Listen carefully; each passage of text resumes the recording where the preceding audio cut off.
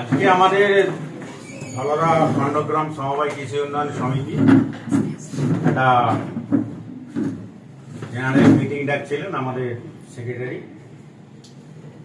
তো বিষয়টা হচ্ছে আমাদের 8 জন ডাইরেক্টর আমরা ওই বোর্ডের মধ্যেই, তাদেরকে অপসারণ করার জন্য একটা ডেলিগেট বা ডাইরেক্টরদের নিয়ে একটা মিটিং ডাকেছিল। সেই মিটিংটায় আমাদের দোষ ত্রুটি কিছু জানানো হয়নি বা আমাদের এই বোর্ড মিটিং ডাকা হয়নি। একটা জেনারেল মিটিং ডাকলে হলে আগে বোর্ডের মিটিং ডাকতে হয়, সেই মিটিংটা ডাকা হয়নি। সেক্রেটারি তার ইচ্ছাকৃতভাবে, সেক্রেটারি আর চেয়ারম্যান দুজনে কিছু বিজেপির আমাদের ডেলিগেট ডাইরেক্টরকে হাত করে আমাদের 8 জন ডাইরেক্টরকে অপসারণ করার একটা মিটিং ডেকেছিল।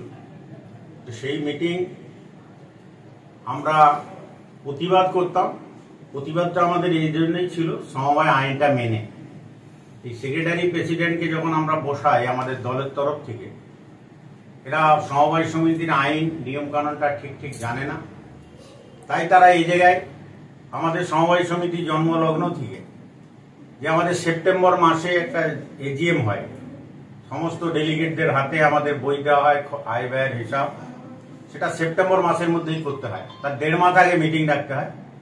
আমরা আগস্ট মাসে মিটিং ডাকার কথা বলে বলে তিনি এই মিটিং ডাকেননি। তো উনি যেহেতু আমাদের সেক্রেটারি, আমাদের এই সমবায় সমিতির এখতিয়ারের মধ্যে ওনার বাসস্থান নয়, তা সত্ত্বেও ওই সমবায় সমিতির একজন এক্স সভাপতি আমাদের দেবাশিস, উনি একটা নোটিশ করেন, চিঠি করেন এআরসিএসকে আর একে। সেই জায়গাতেই সেই চিঠি আমাদের যেহেতু দলীয়, তখন আমরা সেই চিঠি গুরুত্ব উনি দেননি।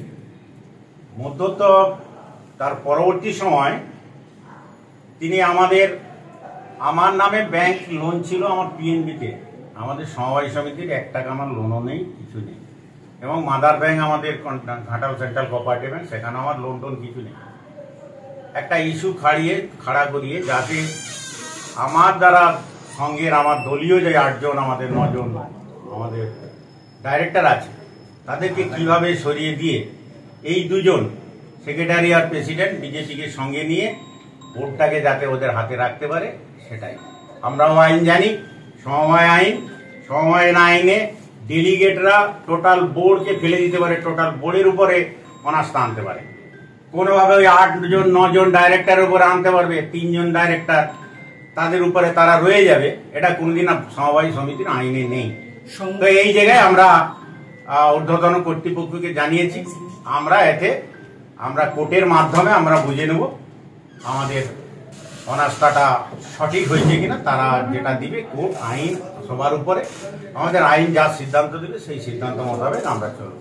একটা বিষয় রয়েছে যে যারা সমবায় সমিতি গেছিলেন তারা অভিযোগ করছেন যে বারবার সমবায় সমিতির জন্য বিভিন্ন সময় মিটিং ডাকা হলেও আপনি ভেস্তে দিচ্ছেন। আপনার মিটিং এ করাম যদি না হয়, কেউ না যদি আসতে পারে, আনলিগেল যেটা প্রয়োজনীয় জিনিস সেই মিটিং গুলো ডাকছে না।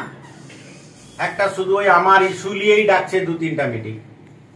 আগে যেটা সমিতি রক্ষা করতে হবে, সমিতির যে আইন সমবায় যে এজিএম করতে হবে, সেই জায়গায় নেই, সেই মিটিং গুলো ডাকছে না। আমাদের অডিট কেউ করতে হবে, সেই মিটিং গুলো ডাকছে না। এটাই ছিল আমাদের প্রতিবাদ। আর উনি আমার এই লোনের ব্যাপারে, আমি ওনাদের বলেছিলাম যে আমার লোনের চিঠি এসছে, আমার তো ব্যাংকের কোনো লোন নেই সমবায় সমিতি। যদি ওখানে থাকে আপনারা আইনে যান, কোর্টে যান, যদি আমার সদস্যপদ খারিজ হয় আমি ওকে ধরে মেনে নেব। তা সত্ত্বেও আমার সমস্ত ডিফল্টার আমি মিটিয়ে দিয়েছি এবং সে চিঠিও এসে গেছে। সেই চিঠি আসার পরেও আবার ওনারা মিটিং ডাকছেন ওই এজেন্ডা নিয়ে। আর আমাদের ব্যাংক নমিনি 4 মাস আগে ব্যাংক নমিনি পাঠিয়েছে আমার Tamluk Ghatal central cooperative bank. সেই নমিনিকে ওনারা তাকে আমন্ত্রণ করছেন না, উনি ডাইরেক্টরদের কাছে এনে তাকে পরিচয় করাচ্ছেন, তাকে চিঠি দিয়ে ডাকছেননি। ব্যাংক তার নমিনি পাঠাবে, সে 5 বছরের মধ্যে 5 জন নমিনি পাঠাতে পারে, যখন ইচ্ছা তুলে নিতে পারে, যখন ইচ্ছা কাগজ ভালো লাগে সে পাঠাতে পারে। আপনার নাম? আমার নাম আতিয়ার রহমান,